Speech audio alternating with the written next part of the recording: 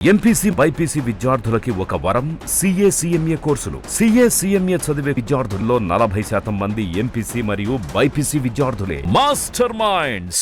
ఈరోజు పార్లమెంట్ సమావేశాల్లో భాగంగా కేంద్ర ప్రభుత్వం ప్రవేశపెట్టినటువంటి బడ్జెట్లో ఈరోజు ఆంధ్రప్రదేశ్కు పూర్తి సహకారం అందిస్తామని కేంద్ర మంత్రివర్యులు శ్రీ నిర్మలా సీతారామన్ మేడం గారు తెలియజేయడం జరిగింది.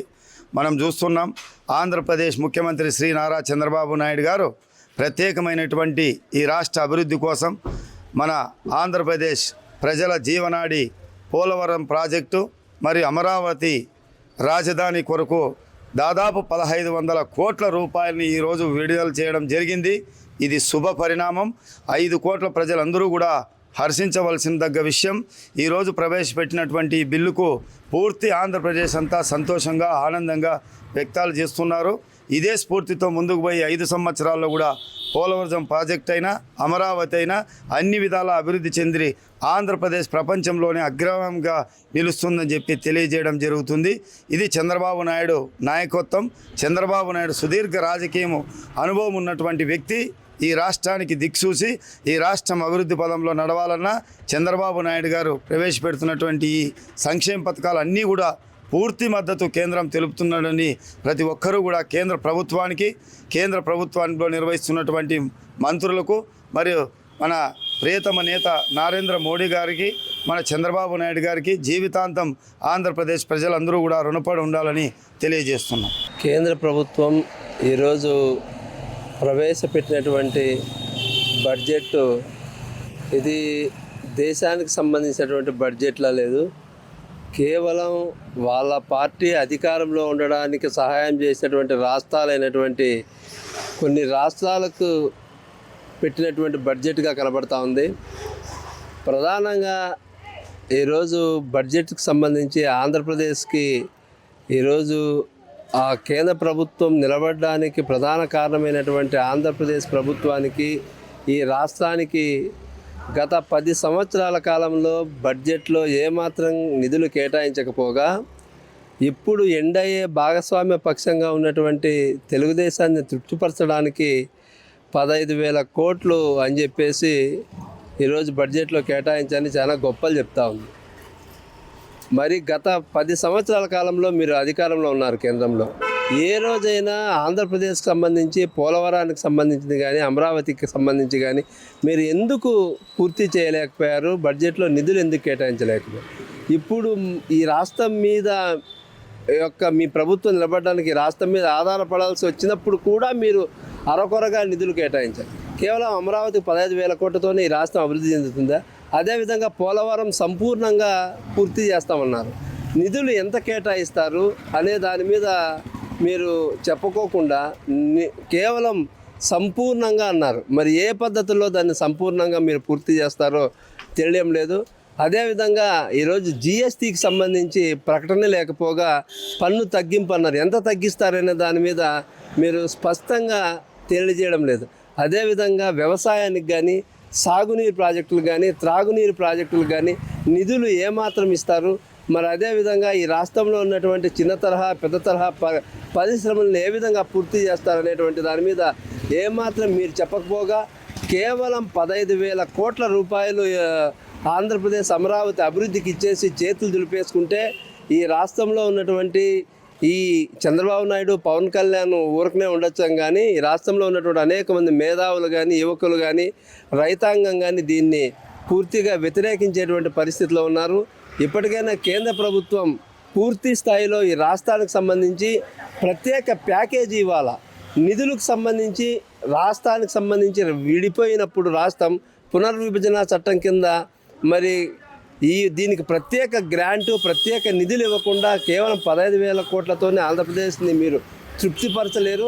మరి అత్యధికంగా నిధులు ప్యాకేజ్ ఇస్తేనే ఈ రాష్ట్ర ప్రజానికానికి కేంద్ర ప్రభుత్వం మీద అభిమానం ఉంటుంది. కానీ అరకొర నిధులతో మీరు ఎంగిలిమితులు విసిరినట్టు కేవలం 15,000 కోట్లతో ఈ రాష్ట్రాన్ని తృప్తిపరచలేని ఈ సందర్భంగా నేను కేంద్ర ప్రభుత్వాన్ని హెచ్చరిస్తా ఉన్నాను. కేంద్ర ప్రభుత్వం master minds, the pride of India. Inter, MPC, BiPC, MEC, CEC చదివిన విద్యార్థులకు CA మరియు CMA ఫౌండేషన్ కొరకు నూతన బ్యాచెస్ ప్రారంభం. ప్రవేశపెట్టినటువంటి బడ్జెట్ ఏదైతే ఉందో మన ఆంధ్ర రాష్ట్రానికి సంబంధించి బీజేపీ ప్రభుత్వం 15,000 కోట్ల రూపాయలు ఈ రాష్ట్రానికి ప్రకటించింది. అంటే ఆంధ్ర రాష్ట్రం ఏ విధంగా బాగుపడుతుందో మాకైతే అర్థం కావడం లేదు. గతంలో కూడా ఆ ప్రభుత్వం ఉంది, అప్పుడేమి ఇవ్వలే, ఇప్పుడు ఇచ్చినారు. ఇప్పుడు ఎందుకు ఇచ్చినారు? కేంద్ర ప్రభుత్వానికి సంబంధించి ఎన్డీఏ కూటమిలో ఇక్కడ ఒక భాగం కాబట్టి తెలుగుదేశం ప్రభుత్వం దాన్ని దృష్టిలో పెట్టుకొని జనసేన టీడీపీ ఉన్నారు కాబట్టి అది ప్రకటించారు. ఈ ప్రకటించినటువంటిదైన 15,000 కోట్లు అనేది ఈ రాష్ట్రంలో అనేక సమస్యలు ఉన్నాయి. గతంలోనే ఈ ప్రభుత్వం ప్రత్యేక హోదా అంతకుముందు 10 సంవత్సరాలంటే 15 సంవత్సరాలు ఇస్తామని చెప్పారు. మరి ఇక్కడ రాష్ట్ర విభజన సంబంధించినటువంటి అనేక విభజన హామీలు ఉన్నాయి.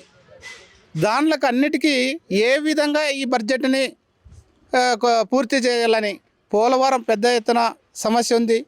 అట్లనే విశాఖ ఉక్కు పరిశ్రమకు సంబంధించినటువంటి ఉంది, కడప స్టీల్ ప్లాంట్కి సంబంధించినటువంటి ఉంది. ఈ ప్రత్యేక హోదాలో ఇచ్చినటువంటి హామీలని మరి ఈ బడ్జెట్తో ఎట్లా పూర్తి చేస్తారని చెప్పేసి ప్రవేశపెట్టిందో తెలియదు. కానీ మరి ఈ రాష్ట్ర ప్రభుత్వం, రాష్ట్రంలో ఉన్నటువంటి టీడీపీ జనసేన వీళ్ళైనా దీనికి సంబంధించినటువంటి ఒక మాట అయినా మాట్లాడాలా. ఈ 15,000 కోట్ల బడ్జెట్ తీసుకొని మేము ఏ దానికి పెట్టాలా, ఎట్లా దీన్ని ప్రజల్ని సంతృప్తిపరచాలా అని కనీసం మరి అడుగుతున్నారో లేదో మాకైతే తెలియదు. కానీ ఇప్పుడు ఎందుకంటే ఈ రాష్ట్రానికి సంబంధించినటువంటి ప్రత్యేక హోదా ఇప్పుడు టీడీపీలోనే ఈ కేంద్ర ప్రభుత్వం బీజేపీ ప్రభుత్వానికి మద్దతుగా ఉన్నటువంటి ఇక్కడ టీడీపీ జేడీయూ ఈ 2 రాష్ట్రాలు బీజేపీకి ఈరోజు 2 ఊతుకట్లలాగా ఆ సైడ్ ఒకటి ఈ సైడ్ ఒకటి పెట్టుకొని ఉన్నారు. వీళ్ళు చంద్రబాబు నాయుడు నోరు తెరిచి ఇంకా మాట్లాడడం లేదు. అక్కడ జేడీఏకి సంబంధించినటువంటి మాత్రం అధికారంలోకి వచ్చిన వెంటనే ఆ రాష్ట్రానికి కావాల్సినటువంటి ప్రత్యేక హోదా కావాలంటున్నారు. ఆ రాష్ట్ర సంబంధించినటువంటి ఏదైతే డెవలప్ చేయాలనుకుంటున్నారో వాటిని అన్నింటినీ తెచ్చి కేంద్ర ప్రభుత్వం ముందు పెట్టారు. ఇవన్నీ పరిష్కారం చేయాలని చెప్తున్నారు. మరి ఇక్కడ చంద్రబాబు నాయుడు గారు ఈ రాష్ట్రం ఇంత అయోమయ పరిస్థితుల్లో ఉంది, ఆ అల్లోకల్లారంగా ఉంది, ఏ ఒక్కటి కూడా డెవలప్ లేదు, ఏ పరిశ్రమలు రావడం లేదు, వీటికి సంబంధించి ఎందుకు మాట్లాడడం లేదు అని చెప్పేసి మనం అడుగుతున్నాం. ఈరోజు బడ్జెట్ సమావేశాలు జరుగుతున్నాయి. ఈ బడ్జెట్ సమావేశాల్లో మన రాష్ట్రానికి ఏపీకి ప్రత్యేక హోదాతో పాటు పోలవరం పూర్తి చేస్తామనే హామీను, అదేవిధంగా విశాఖ ఉక్కును ప్రైవేటీకరణ చేయమని బడ్జెట్ సమావేశాల్లో చెప్తారని ఆశించాం. కానీ కేంద్ర ప్రభుత్వం ఈరోజు బడ్జెట్లో చూస్తే అంకెల బడ్జెట్గానే కనపడుతుంది. కానీ అదేవిధంగా వ్యవసాయానికి పెద్దపీట వేస్తారని ఆలోచించాం. వ్యవసాయానికి దేశంలోనే ఏపీలో ఉన్నంత వ్యవసాయ కార్మిక శాఖలు ఎక్కడా లేవు. అదేవిధంగా రైతాంగాన్ని కూడా ఆదుకోకుండా, చేనేత రంగాన్ని ఆదుకోకుండా, ఉపాధి రంగానికి కూడా ఎక్కడ పెద్ద బడ్జెట్ లేదు. అంకెల బడ్జెట్ మాత్రమే ఉంది. కానీ ఈ 3ని గతంలో కూడా కేంద్ర ప్రభుత్వం బడ్జెట్లో అన్యాయం చేసి ఇప్పుడు కూడా అన్యాయమే చేస్తూ ఉంది. ఉపాధి లేని బడ్జెట్లో ప్రాధాన్యత లేదనే మేము సిపిఎం పార్టీగా దీన్ని వ్యతిరేకిస్తున్నాం బడ్జెట్ని. ఈరోజు పార్లమెంటు బడ్జెట్ సమావేశాల్లో మన ఆంధ్ర రాష్ట్ర రాజధాని కొరకు 15,000 కోట్ల రూపాయలను ప్రత్యేక నిధులను ఏర్పాటు చేశారు. ఇది హర్షించదగ్గ విషయం.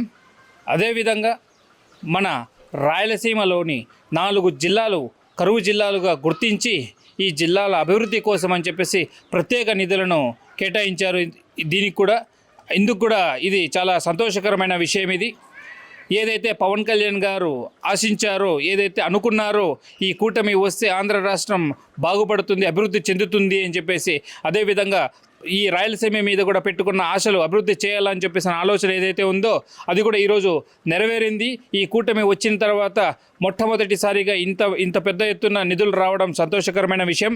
ఇందుకు రాయలసీమ ప్రజలు, ఆ తర్వాత ఆంధ్ర రాష్ట్ర ప్రజల తరపున కేంద్ర ప్రభుత్వానికి ప్రత్యేక ధన్యవాదాలు తెలియజేస్తూ, ముందు కూడా ఈ ఈ రాష్ట్రంలో ప్రతి ఒక్క జిల్లాలో ఈ రాష్ట్రంలో నలుమూలలో కూడా ఎక్కడైతే అభివృద్ధి తక్కువగా ఉందో అక్కడంతా అభివృద్ధి కొరకు ప్రత్యేక నిధులను కేటాయించి ఈ రాష్ట్ర అభివృద్ధి కోసం వారు కూడా సహాయం చేస్తారని చెప్పేసి ఆశిస్తూ సెలవు తీసుకుంటాను. జై హింద్. మరిన్ని వీడియోస్ కోసం ఛానల్ ని సబ్స్క్రైబ్ చేయండి. లేటెస్ట్ అప్డేట్స్ కోసం వాట్సాప్ ఛానల్ ని ఫాలో చేయండి. అండ్ లింక్ డిస్క్రిప్షన్ లో ఉంది.